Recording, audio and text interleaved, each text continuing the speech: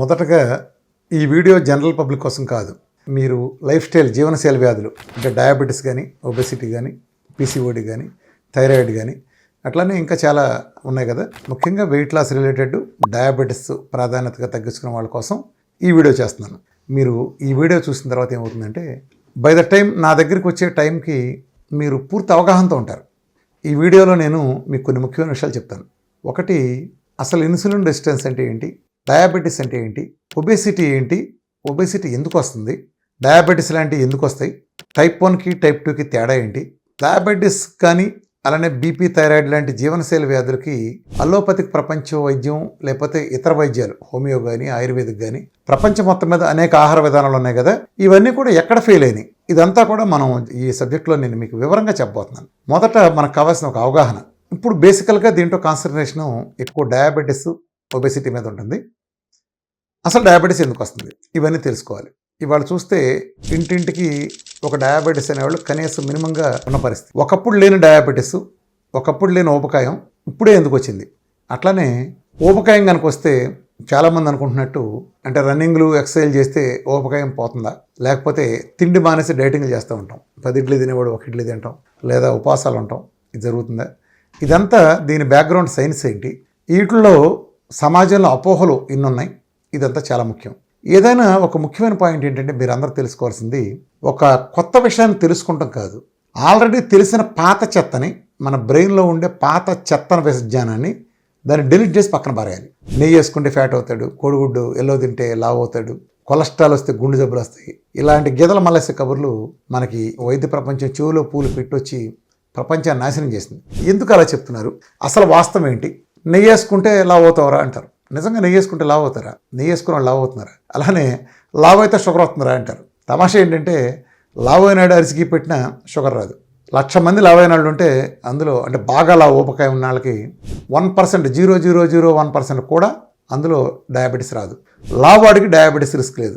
ఈ బక్క వాళ్ళందరికీ డయాబెటీస్ రిస్క్ ఉంటుంది. ఎందుకలా? కానీ మనం విన్న కథ వేరు కదా. ఈ సైన్స్ అంతా ఇవాళ ఈ వీడియోలో మనం తెలుసుకుందాం. మొట్టమొదటగా మనం డయాబెటీస్ గురించి మాట్లాడదాం. మొదటగా మనం మెటబాలిజం గురించి తెలుసుకుందాం. మీరందరూ చాలాసార్లు వినుంటారు మెటబాలిజం అంటే ఏంటి. ఉదాహరణకు ఒక కారు ఉందనుకోండి. ఒక కారు పెట్రోల్ అనే ఇంధనంతో నడుస్తుంది.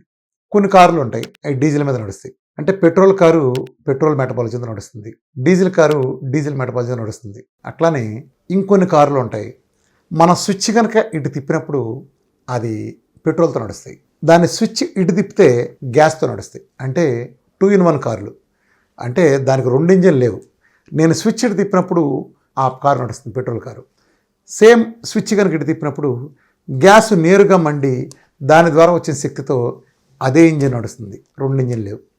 అలానే మనిషి శరీరం కూడా 2 మెటబాలిజమే నడుస్తుంది. మన శరీరం కూడా వాహనం అనుకుంటే 2 ఇంధనాలు ఉంటాయి. ఒకటో ఇంధనం పేరు గ్లూకోజ్, రెండో ఇంధనం పేరు కీటోన్స్. మీరు స్విచ్ ఇటు తిప్పితే గ్లూకోజ్తో నడుస్తుంది, స్విచ్ ఇటు తిప్పితే కీటోన్స్తో నడుస్తుంది. ఇటైనా నడుస్తుంది, సెంటర్లో పెడితే ఎటు నడవదు, కన్ఫ్యూజ్ అవుతుంది. అర్థమైందా? అట్లానే ఒక్కొక్క మెటబాలిజం తెలుసుకుందాం. ఇప్పుడు గ్లూకోజ్ మెటబాలిజం దేని నుంచి వస్తుందంటే ప్రధానంగా కార్బోహైడ్రేట్లు అంటారు కదా, పిండి పదార్థాలు. అంటే ముఖ్యంగా ధాన్యాలు కానీ, అంటే బియ్యం కానీ, ఈ పప్పులు ఇలాంటివన్నీ. అట్లానే పాలు, పళ్ళు, కూరగాయలు 100కు 99% ఫుడ్స్లో కార్బోహైడ్రేట్ ఉంటుంది. సో కార్బోహైడ్రేట్ నుంచి గ్లూకోజ్ వస్తుంది. అట్లానే ప్రోటీన్ నుంచి కూడా గ్లూకోజ్ వస్తుంది. ఎందుకంటే ప్రోటీన్ కూడా కొంతవరకు అది మజిల్ బిల్డింగ్ ఉపయోగపడినంత వరకు తప్ప మిగిలినంతా పూర్తిగా కార్బోహైడ్రేట్ కింద లెక్కే.